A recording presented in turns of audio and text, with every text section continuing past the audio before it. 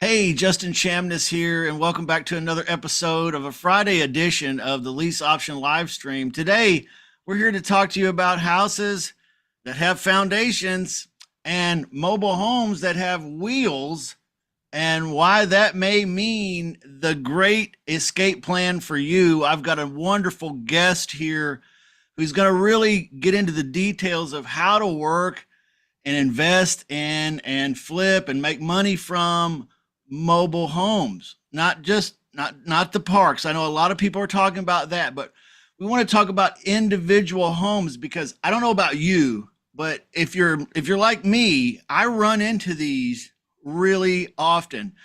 And sometimes I'm excited and then I'm like, well, sometimes I'm not so excited. And so I really am eager to learn more. I'll tell you why I really love these because it's affordable housing, and affordable housing means there's a big buyer pool, right? So I'm totally stoked about being that kind of investor because I always want people wanting into my stuff, right? Whether they buy it or live in it or what have you, whatever I want. So I'm really, really excited to meet Adrian Smude here today. I hope I said it right, man. You got it. Okay, great. And he's a expert that comes highly recommended by another expert that we really value here in our club. And so I want to turn the floor over to him as quickly as possible. Adrian, thanks for being here. Thanks everybody that's popping in here too. Zoomjustin.com if you want to pop in here. Adrian, tell us a little bit about yourself and thanks for being here, man. Yeah, I appreciate you having me here. And so a little bit about me is I grew up in Central Florida, Plant City, where the winter Charbonnet capital of the world. And if you haven't ever been there, we're in between Tampa and Orlando. Kind of give you a better idea of where it's really at. Okay. It's a little town. But I got my real estate start as a terrible tenant. Well, I was a tenant that got some eviction notices for parties mainly, spaghetti wrestling parties, Whoa, dude. mud wrestling, Uh, that's pudding fun. wrestling, even for parking a motorcycle in the living room. Wow. And the one they did not catch us on was the little kids swimming pool party that we had in the living room. So it was not kids involved. Well, we were kids in our late teens, early 20s. But essentially, you don't want to rent to 20-year-old Adrian and his friends. I'm trying to. I've got a list here. I've got the spaghetti and the pudding and what because I've Mud. got. And of course, we took the dirt from the backyard, which was, Oh my yeah, not a good gosh! thing either. With a Uh, garden hose or something, you made it. yeah, yeah, it was a mess, and it was a lot of fun Wow. during that time. And honestly, we didn't even realize like why we were such a problem. We just thought we were having fun.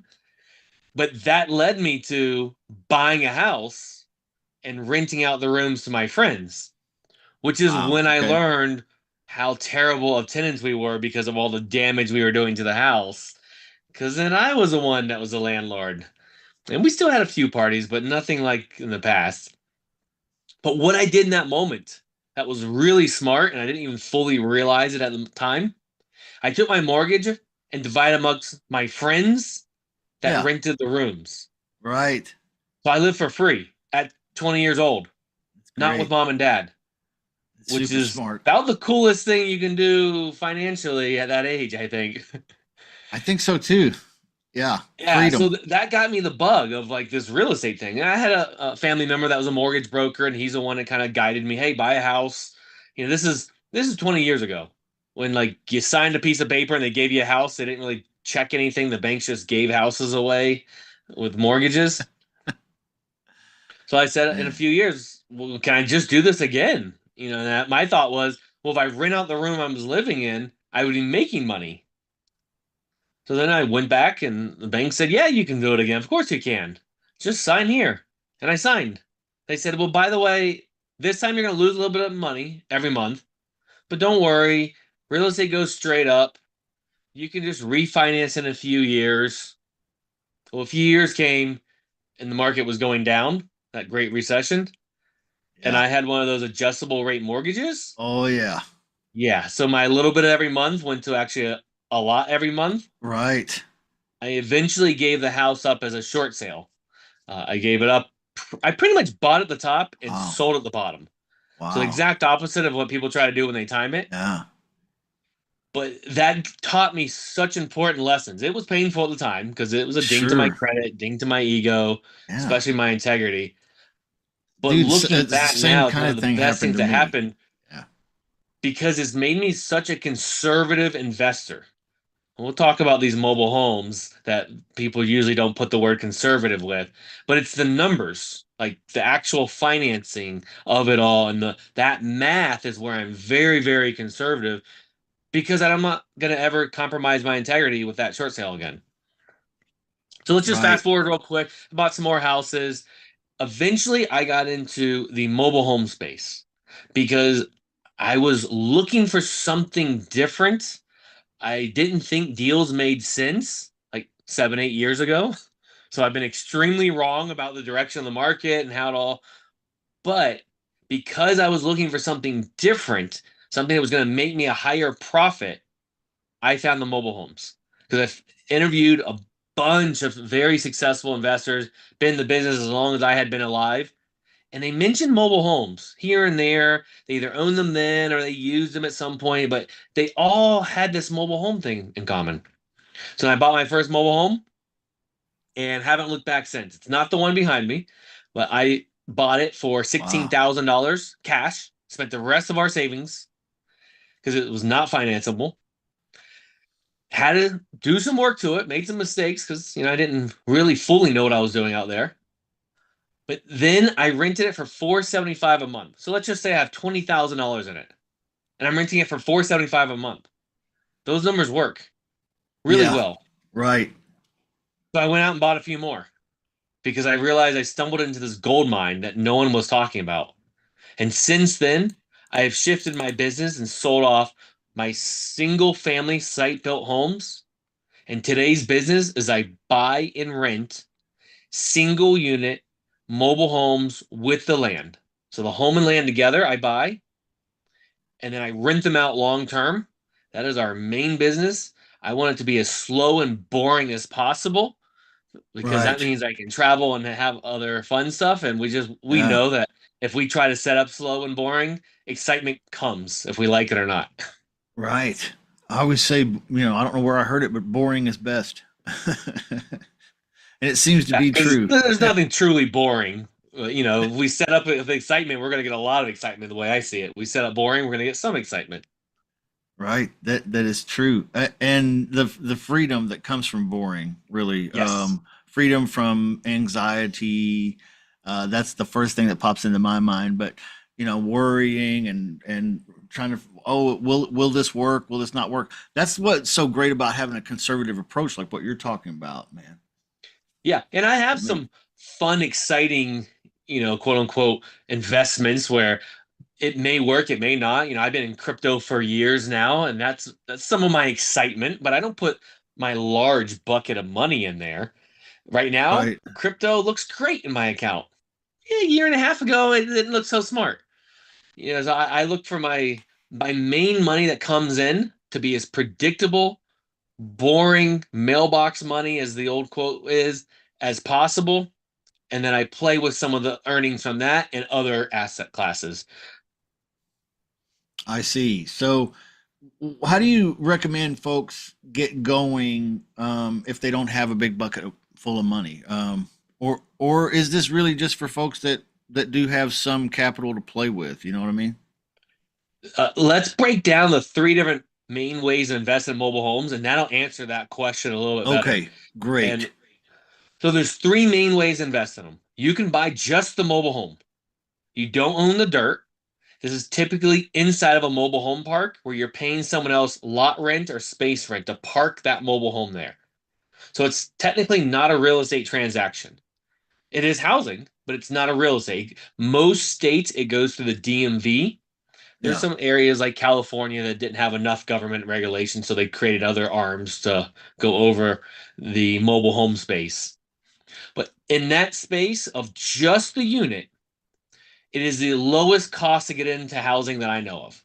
I can't find anything else because you're not buying dirt. you're buying just the unit, and you pay someone in that lot rent line I mentioned every month. Right. These are phenomenal return on our investments. They are recession resistant, as you mentioned earlier, the affordable housing. Now, some drawbacks that I don't love about these is the park manager makes Yeah. all of the rules. And if they Right. want to change the rules, they can change them, and you have to fight them or you have to leave. So these were phenomenal for my growth time because I would get into these deals really low dollars. I typically would sell these on payments, owner financing, or maybe for here, maybe I got it with owner financing and then I'm wrapping it to someone else. That's very popular in the mobile home space as well. But that was my main exit strategy when I bought just the unit within the park. Okay, so not not like a landlord, but more like owner finance. You sold it owner finance to someone in the park, and that makes actually the park owner probably more acceptable to these terms. Is that correct? Yeah, the park owner liked that because I was more invested in it. Now, I typically did a lease with at least a 13-month option because my CPA didn't like me selling it right away. So they leased it from me for a year plus, and then I would start Okay. owner financing it to them. Okay. Now, in this space, I do want to make sure everyone understands you still have to comply with the Dodd-Frank, the SAFE Act. You have to comply with all that, even though there's not a real estate transaction. It's still housing. So if you're going to do this as a main business and do a bunch of them, you're probably going to want to go out and get a loan originator, the LMO, I think the acronym is. I literally run into these deals. Well, I don't know that they're all deals, but I literally run into these people in parks that want to sell like I don't know every week, every single week, really. I mean, it's very frequently. So there's got to be a ton of these deals out there like this, Adrian. Yeah, there are. Let me give you two quick ways to vet it. I mean, these are going to probably get rid of half of them right away. Does the park allow rentals? Do they want to work with you? And you can just ask, do you allow rentals? Sure. And either they're going to be hard on you, nope. And that's going to get rid of some of them. I like to say it that way because, yes, I'm probably going to owner finance it out, but maybe I do end up keeping it as a rental. And I want that Yeah. control. If I was going to do hundreds of these, I would owner finance out every one of them just because of the management side of it. But as I mentioned, I like to keep it as a rental for the first 13 months to make sure that we're going to get along, make sure you're going to make the payments, keeps my CPA happy. So in that case, I want the park to want to work with me. The second one, for the quick math, I want to be able to sell it for double that I have in it. If I buy it for 5,000 and I put $500 into smoke detectors and spraying Yeah. for bugs, some miscellaneous things. I want to be able to sell it on payments for at least $11,000. And I want to be able to have that payment at least double lot rent. So if lot rent's 400, I want to be able to sell it on payment and that payment be 800. Sorry, that then be able to afford the 800. So that could be 400 for me and 400 for lot rent. But does that That's math make sense? That's the quick yeah, math. that Would makes I sell that's it if it's a $10,000 and I have 5,500 in it? Yeah, probably. But I want to shoot for 100% because with these smaller numbers, if we make a small oops, we're at 80%.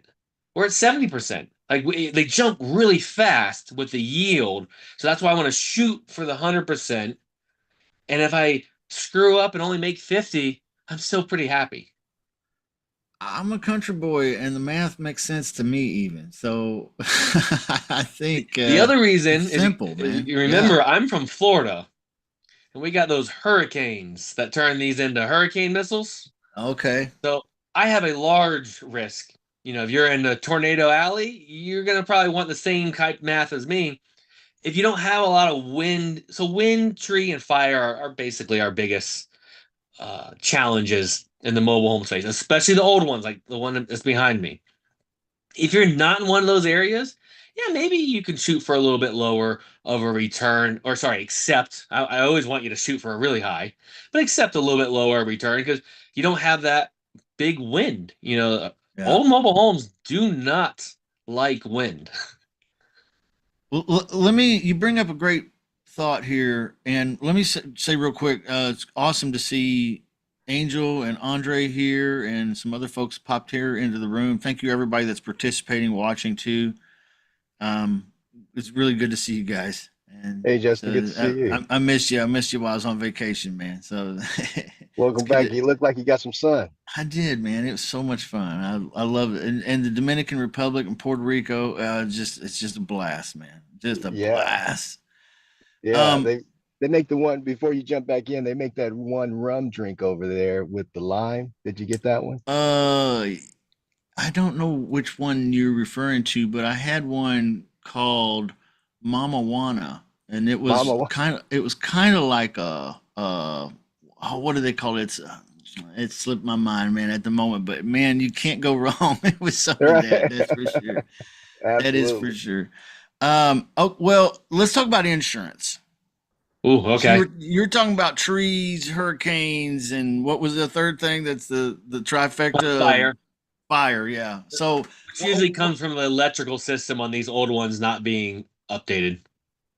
when you buy a mobile home, how do you insure or do you insure it?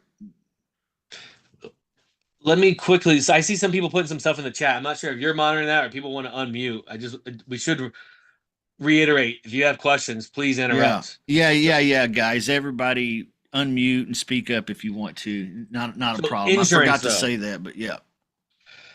Oh, this is a fun topic. All right, if you're in Florida, you have a problem. You're in Louisiana, you have a problem. In Louisiana is probably the worst state in the country when it comes to the insurance mobile homes, and Florida, we just moved to strong second as of the first of this year of 2024. If I have an older mobile home, what do I mean by older? 1960s, 70s, the 80s are in the middle there. So 60s and 70s, I have one of those. Essentially, I'm not getting insurance anymore.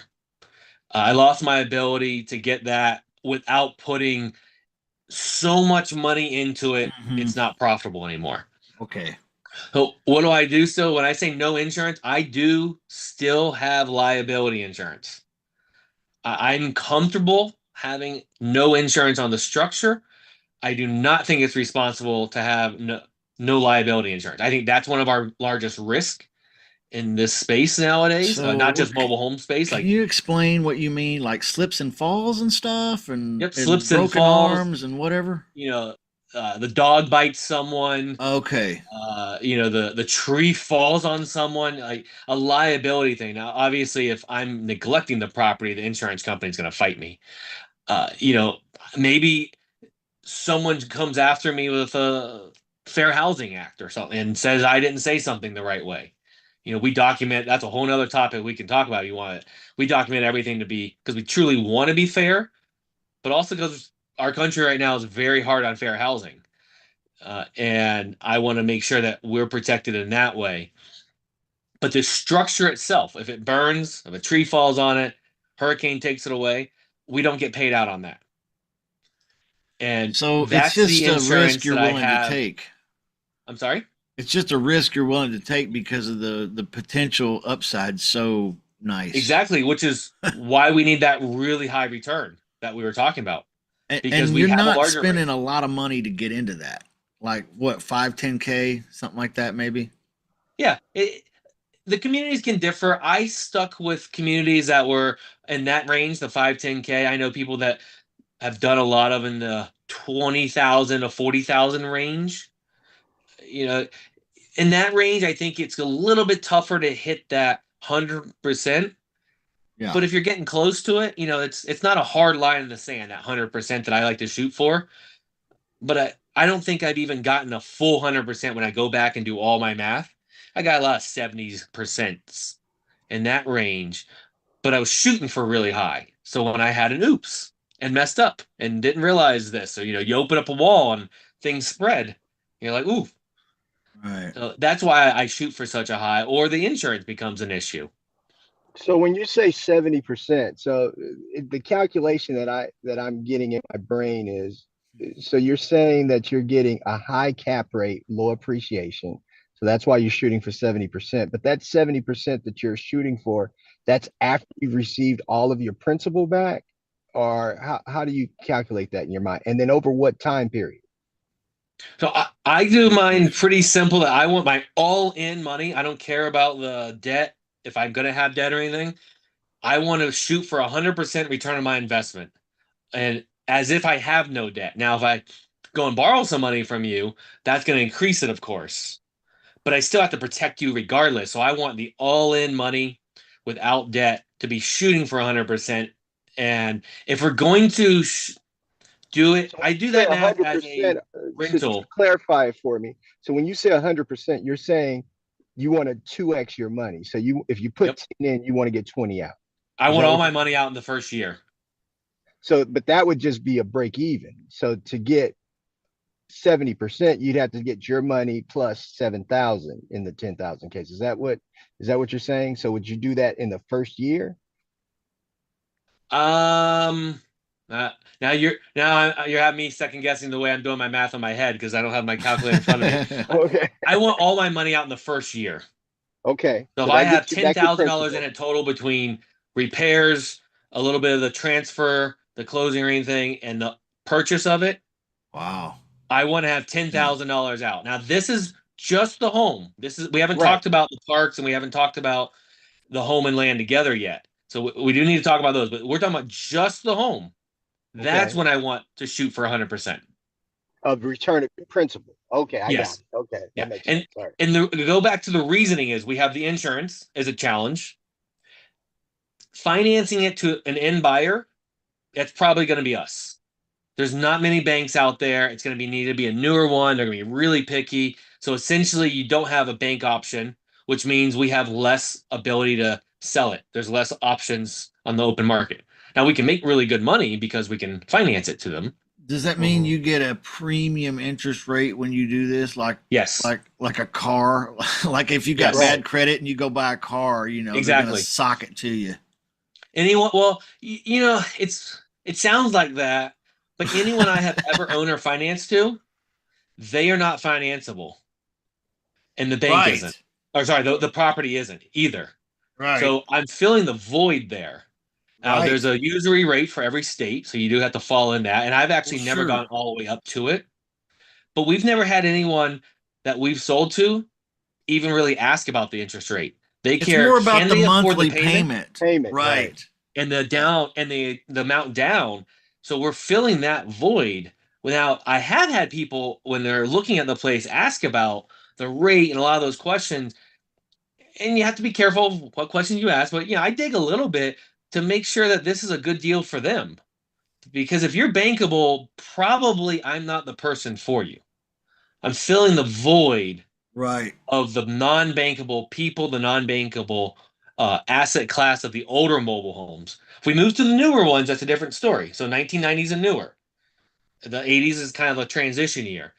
I've made a lot of my money in the older ones, the 60s and 70s, especially my big growth time was in the older ones. I got comfortable with those because my first step is to get you comfortable with mobile homes, and the That sounds second more one fun, is even to get you really. comfortable with the 60s and 70s. Like the old ones sound like a whole lot of fun, man. Like I don't know why. Like it's a little Wild West, and in the sense that how the insurance carriers are looking at it and everything, and you can't get money on it from a bank or anything like that. So I mean, where else can you create an opportunity to owner finance like that and get your Right. money back in the first year? Exactly. And the statistics show that people you own or finance to in this asset class, it's like a 70 something percent fail rate. Uh, I'm Wow. actually under that, which I'm happy and proud of right now. But we have a very long window you have to do that math on because it's more of a transient person.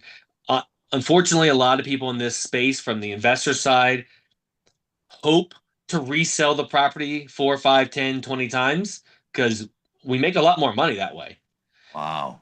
But Are you taking some kind of down payment too up front? yes, I typically do a small one. It Right. just kind of depends on the property and what it is. $1,000 depends on the condition. If they need to do a lot of work to it, maybe it's more. I've done $5,000 before. So your best time to get that down payment though is the time we just passed, tax season, because Right. people have a bigger chunk of money that they just got. Right. It is so true. Yeah. Ty, do Man, you that's have a question, or you want to move on yeah. to parks and we can do an overview there? Yeah, I mean, I'm Ty Sherwood here, Arizona. How you doing? Appreciate you being here today. I do have a couple questions. We have a lot here. I mean, there's ones in the city, which, you can get for 5, 10, 25K.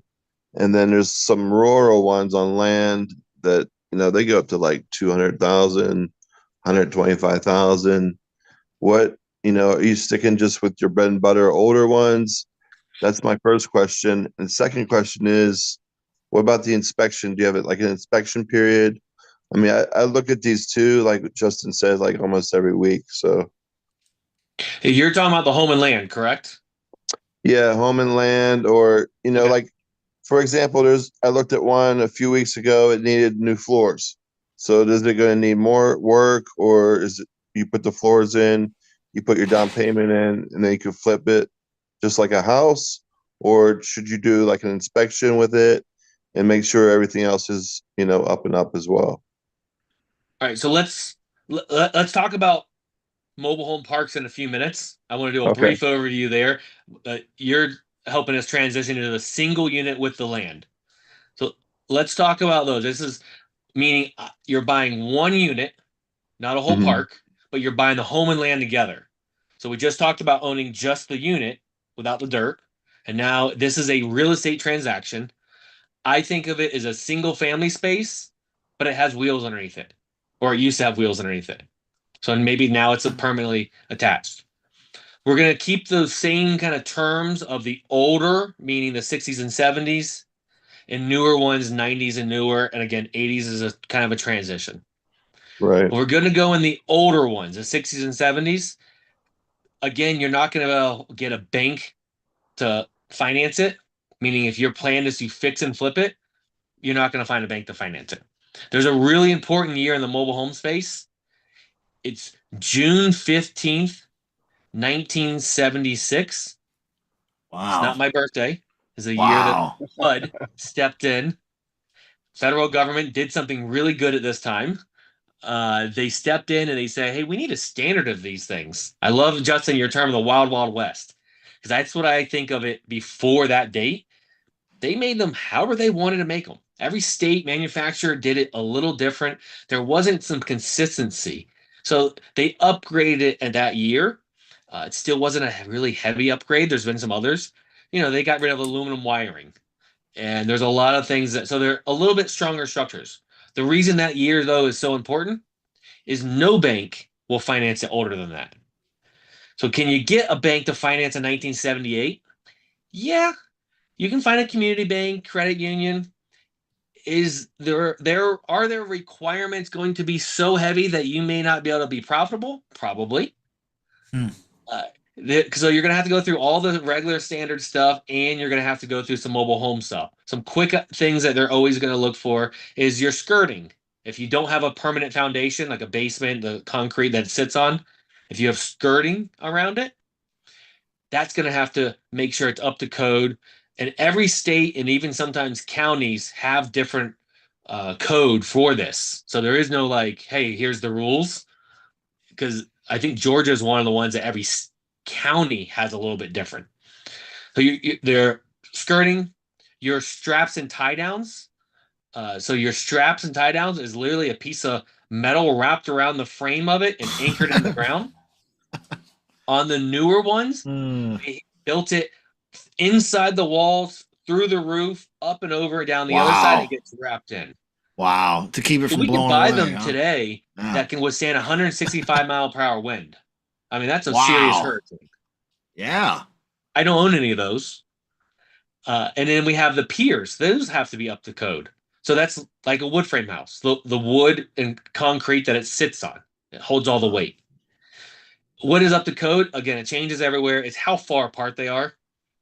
Hurricane world where I'm at, we have code changes because they needed to be stronger, so more of them.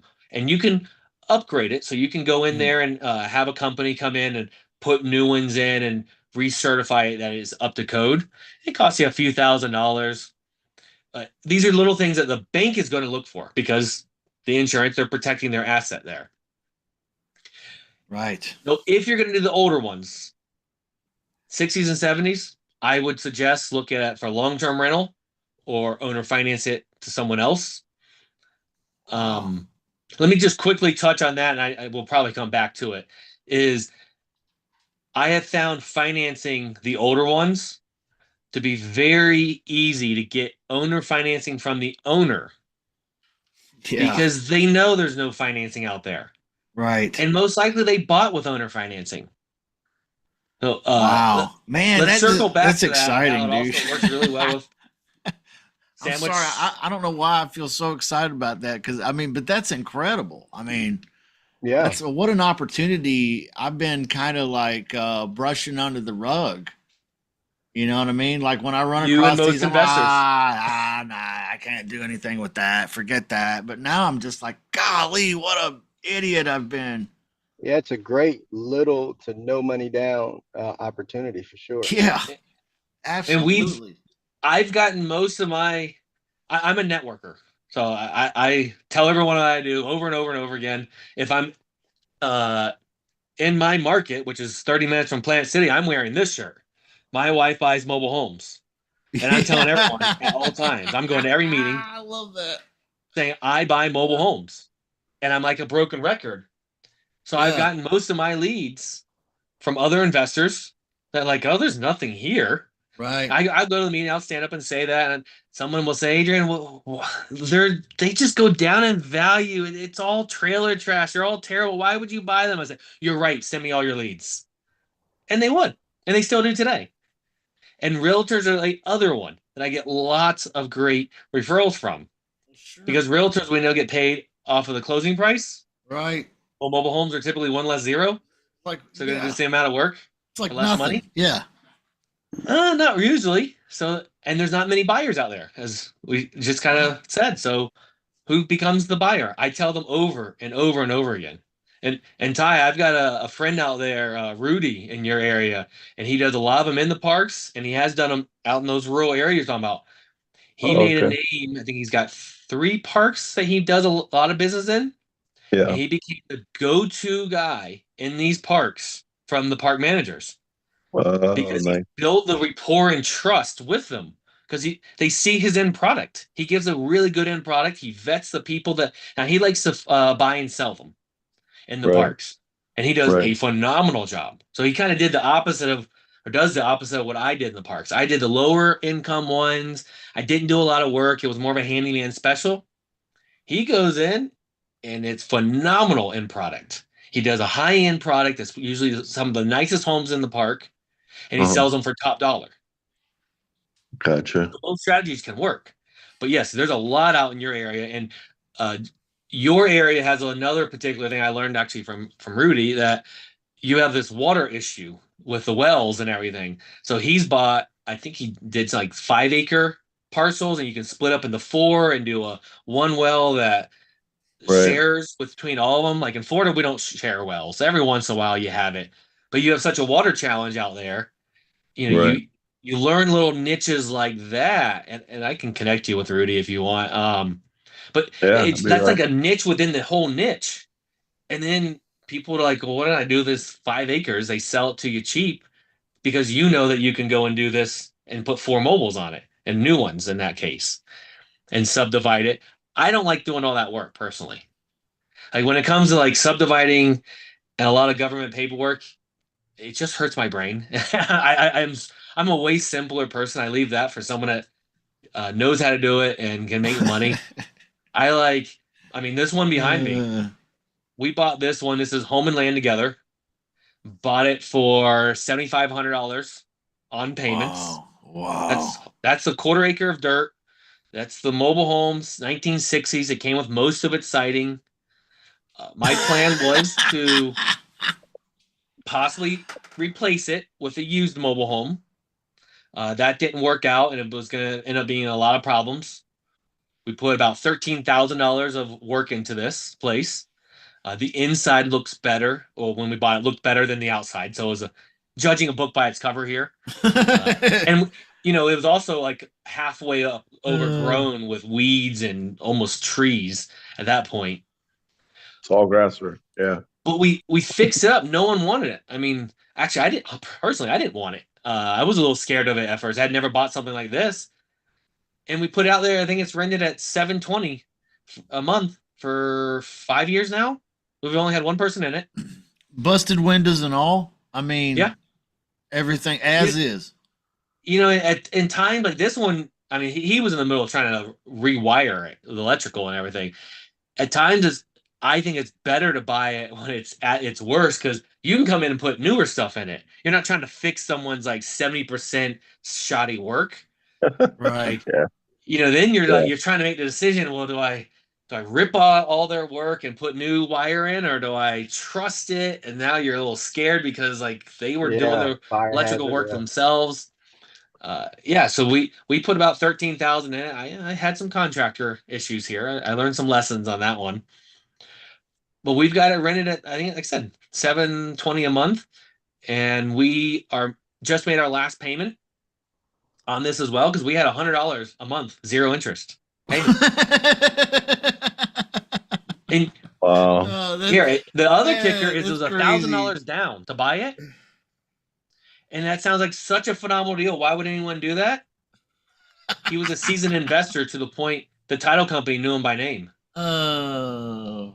He was tired of it. Dude. He was in his 80s at the time. He had already opened a cafe, which was his passion. He liked getting up at 4 a.m. and cooking, and that was his new passion. And he was tired of the real estate problem.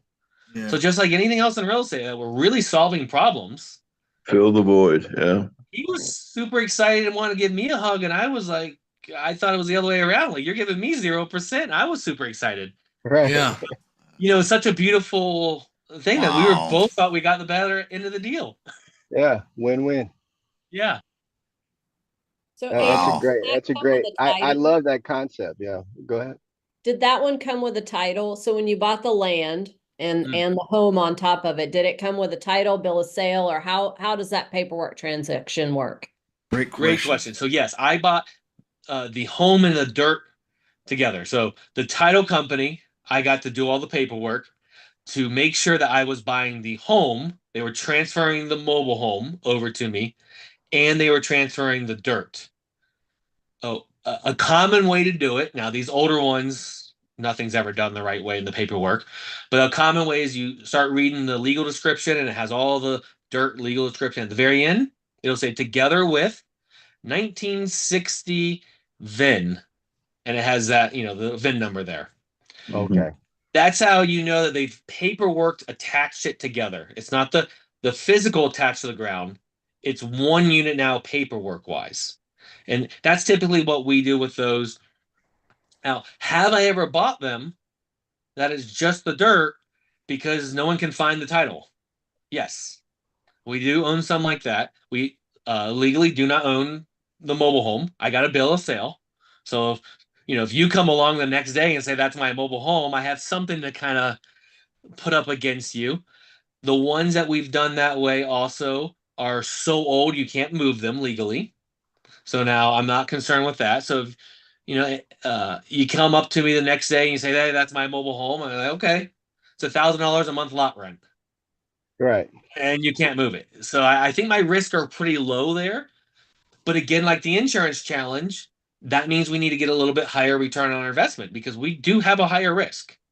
And we can't sell it, full clear title. There is a process that you have to go through the upper DMV, not the one that you go and get your license from, the state level, get a new title for it. I've started that process. It became a lot more work, and I had to literally go to court and talk to a judge to get a new title. And I was like, I just decided not to do it. But it just means, though, we get a better deal. We every time we take a higher risk, we're solving another problem, and we should get value in our price. Is the way I see it. That's good. So if you buy just the mobile home and you're paying pad rent, so all the utilities and everything are included in that pad rent, and that would hurt your return, obviously. Great question, because it depends. Hmm. Every park is a little different. Some parks are going to include water. Some parks are water and trash. Some are electric as well. I probably see the most where it includes water and trash in your lot rent.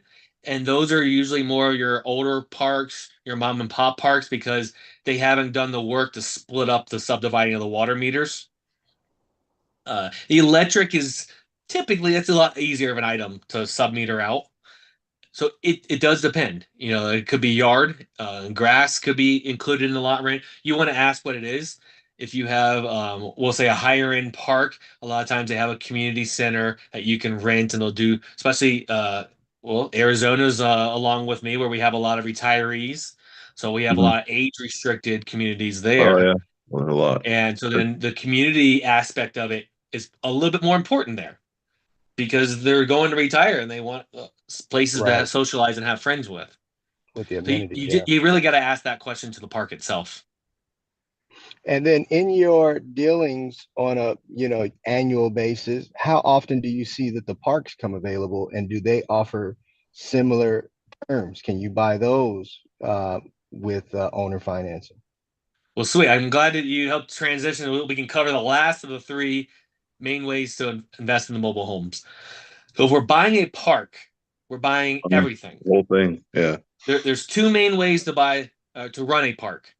You can own everything, all the homes, all the land, everything. You own a flat apartment complex. The other way to run it is you own just that dirt, and the people pay you the lot rent every month. So you own a big parking lot. My lazier style of investing likes the parking lot better, because now I don't have to do the work and maintenance on the homes themselves. I just have to deal with make sure people pay rent, and then all the plumbing, everything that leaves there. And we have to pave the parking lot aspect of it as well. And of course, you can have a combination of the two. Now, the big boys, the hedge funds, got into this space years ago. Yeah, I've been And seeing that. they have, I'm not sure about you, but for me, they have way cheaper money than I do. And they look for way smaller returns than I do. So competing with them has been a little difficult.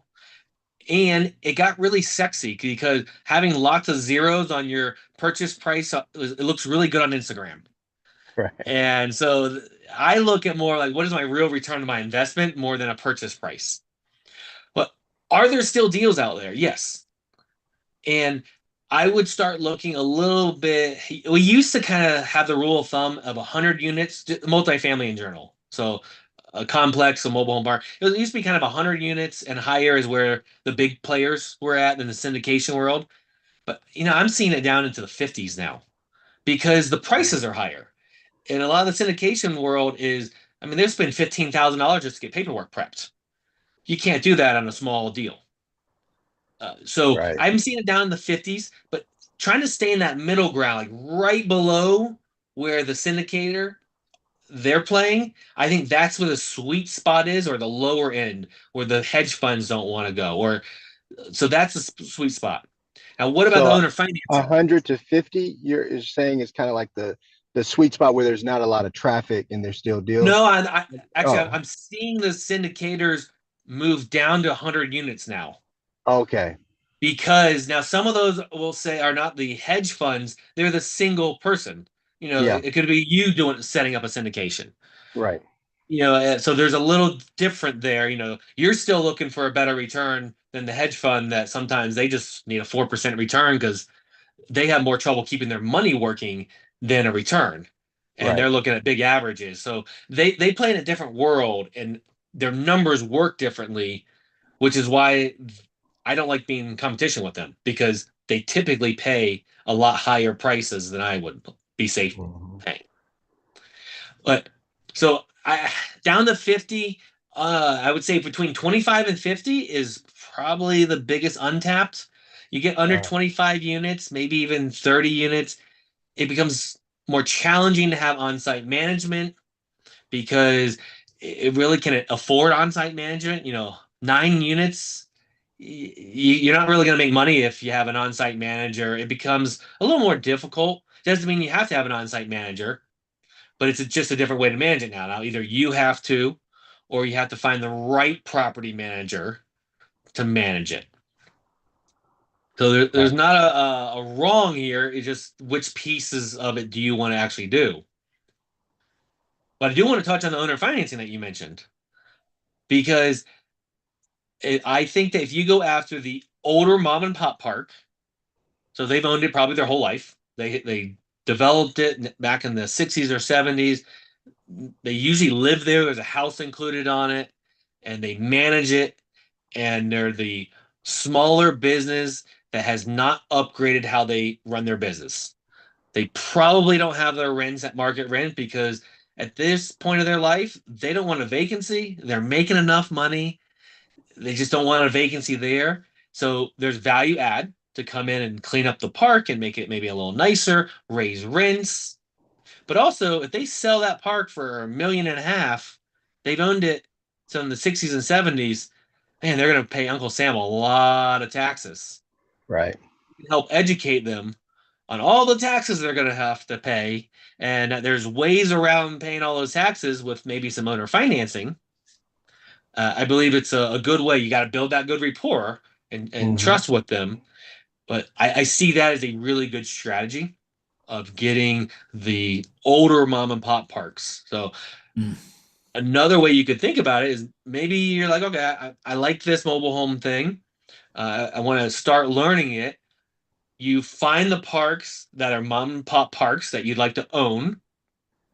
Maybe go do some business in there and buying just the unit. So then you're learning it.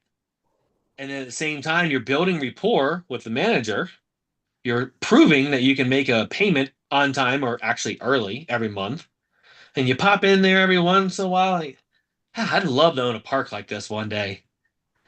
You should be one of the first people to know about it just because of the Right. rapport you build. Now, I'd made that mistake and I did not do that. And they sold the park. And I was like, I should have been in there. So this Right. is some lessons I've learned the hard way. Now, would I have bought that park? I don't know. But man, it would have been nice to be the first one to know about it and then not go on open market, at least have the opportunity. Right. Yeah. Yeah. Wow. That's great insight. That's great insight. Yeah. That's really good. Yeah, because you're building a rapport with them, so you got first dibs, so to That's a speak. long-term strategy. Yeah. But I mean, we're in this business for the long term, anyways. Make some money in Right. the small deals that you're in there, learn it, and then hopefully you'll get. I think if you're doing the business in 3 to 5 parks, one of those will work out. And they're not all going to work out. We know that because they're either going to pass it down to their kids, or they're going to sell it some other way, or their financial advisor is going to say pay all the taxes, which typically I don't agree with. Right. This has been incredible today. Everything, all three methods that you discussed, which was to recap, the mobile home without land, the mobile home with land, and then the park. Is that correct? Yeah, and I've been involved in all of them in different ways. I have found what fits my personality Yeah. and my lifestyle the best is a single unit within the land with the land. The parks have more Yeah. competition. Now we Sure. have some money in a syndication that a friend of ours did. There's no banks involved. It's a syndication of mobile home park. We have some money there, but there's competition there. There's government regulation a little bit heavier there. Then we have the just the unit within the park. Those cost a little bit more time management, a higher return on our investment. Right now, I'm valuing time a little bit more than money coming in because I did my hard growth time, and now I'm like, all right, trading up a little bit. Yes, I want to make some more Sure. money. I want to help some more people, but I'm in that spot versus the straight up. I did Sure. an aggressive, hard uh, growth time, and I use the ones within the parks. And there's just way less competition in the single units, and that's one reason I've found my groove right there. I take some money out of that, and I make a lot of profit. throw in some syndications, throw it in some other areas for diversification. But my day-to-day business is solving problems in the single unit world because it fits my personality and life the best. You have definitely inspired me today, Adrian, and I have to, say thank you for that for sure. And I want to take a moment here and welcome. Of course, we have Angel here in the room. Her contact information is in the description. And then I think we lost Andre. He probably had to get back to a call. His contact information is in the description. And we also have, of course, in the room here, just popped in a mentor of mine, Claude Diamond. I want to say shout out to him. Thanks for being here today, Claude. And Adrian's contact information down there. He's got a freebie. Adrian's giving away a freebie. It's in the description too. So I don't have it set up where it does that, Claude, where you get the fireworks and all that. Do it again for us, man. Hey, there you go. I wonder if mine Look does at that. him. Nope, I'm gonna have to go to my Mine settings. mine doesn't do it. Mine just means peace. That's all. I don't know. Or two, depending on what we're talking about. Hey, it's good to see you, Uncle Claude. Thanks for being here. Good to Well, see you. I just loved what Adrian said about what suits your personality. I think that's such a takeaway. That's really great stuff. Thank you. Adrian suits what suits his personality seems like it's the same thing that suits my personality, Uncle Yeah. Claude. Yeah. Like I kind of want to just do what I want to do and make great money, Yeah,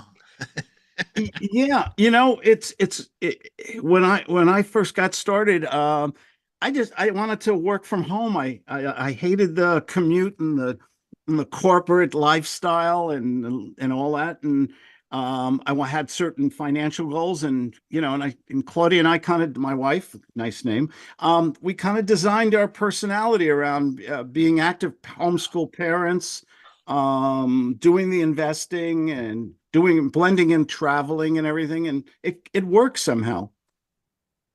I love it, Claude. So that's geographically free is a term that someone taught me. So it sounds Yeah. like that's exactly what you. Right. And we don't have kids yet, but I want to homeschool. It sounds like fun to me. Do you want some? Not yet. We'll probably find. I've got some nieces and nephew, and those are like borrowed kids. Like you get to hand them back with ice cream, and you're done. Oh my goodness! This has been a lot of fun today. We should hang out again more frequently, Adrian. And Yeah, this was fun. Great questions from the group. Thank you, because it always makes it more fun and gets it the direction that you want to know. There's some stuff I wouldn't have probably mentioned. I would have forgotten or would thought it's too deep. Yeah, absolutely. And there's been some really great questions here today that I would have never thought of. So thank you everybody that's participated. It really means a lot to me that you show up, that you watch, that you ask questions, and even after the fact put things in the chat or in the comments of the video wherever you're at. We try to get to those if we can. And I'm definitely going to have Adrian back because this topic. It's been one of the funnest topics. I mean, I've had a lot of big guys and gurus and coaches and different strategies on this show, but today, honestly, has been one of the most exciting, doable techniques. Can I say that? Does that make sense? Because I hear a lot of stuff and I'm like, I don't know if I could do that, but I can do this. And one of it, a lot of these strategies that you learn, you can do them with mobile homes, lease options, just a lease, a master lease, whatever you want to call it in that world. Buying on under financing, selling. I mean, all these strategies work with mobile homes.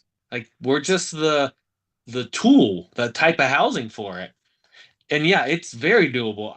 I don't say this like to talk myself down, but I work real hard, but I'm not the smartest. I was in actually SLD, slow learning disability classes all through school. I was not a great student. And then actually while I was writing my book, I found out that I'm dyslexic. So one of my jokes / inspiring things, if a dyslexic guy can write a book and a dyslexic guy can buy mobile homes, so can you. You know, it's learning it, taking some action, making some mistakes, asking for help, getting the right education, doing it again. I think that's all this real Yeah. estate business is taking the action and having the right team. You know, like the group Yeah. like this to come to and like, all right, I just screwed up. What do I do now? Dude, I love it. And I love you. So, I think I'd like to talk to you about maybe doing more together in the future because your message and my message are so congruent with one another and not the same. So it's nice, man. I'd love to do some things with you in the future, but Yeah, man. um, Yeah, let's talk. And I do sure. want to circle back. You said the link is in the description there Yes. because we did not talk about usually the biggest like myth about mobile homes, which is in the 14 myths debunked, which is the trailer trash. No one even brought that up. So either everyone's already past that stigma or just you had other more important things. But the short answer is it's not all trailer trash. The location of where you buy, how you fix it up is going to attract the type of person.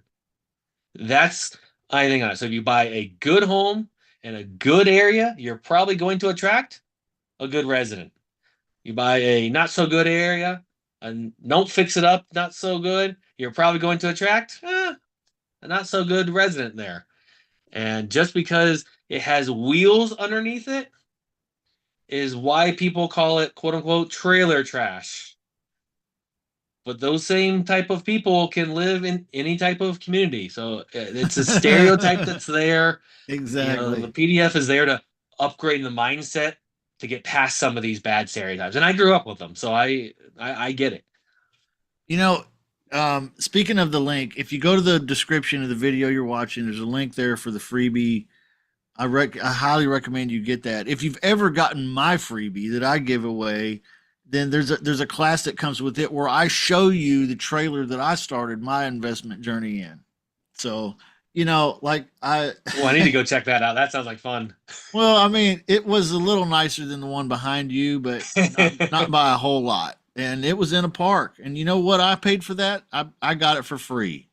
Sweet. I was literally standing in the park talking to someone and a car drove up and said, "Does anybody want a free house?" And I was like, sure." She said, "I don't want it. You know, you just got to pay the lot rent and everything. And, but here, I'll sign it over you to today. Let's just go get a notary." And I got the deed and it was like a car deed. And so literally my first investment house was free. And it was Love that it. trailer. Yeah. And so you know what I did? I moved into it. Cuz I didn't have anywhere. I was living with my in-laws at the time. So I love this business. I mean, this sounds incredible to me. So I'd love to learn more. I'm glad that you're here today, man. So thank you so very much. Does anybody have any questions before we call it a wrap here? I don't want to keep him over an hour if we can. Anybody? Good to see Kevin and Angel and No, Ricardo. Justin, I just want to say that it is too hard for you, so you need to send all your leads to me. you know that's probably not a bad idea either, Angel. And maybe we could, partner up on some of those. That sounds like fun. We It can. it does I sound like love it. a lot of fun business to do. And in fact, you should check out Angel's got a link here in for her group is in the description as well. Check that out, and maybe you can partner with her too. You never know. Yeah. I think that's another thing that uh I'll say newer investors struggle with more, at least that's what I did, is partnering.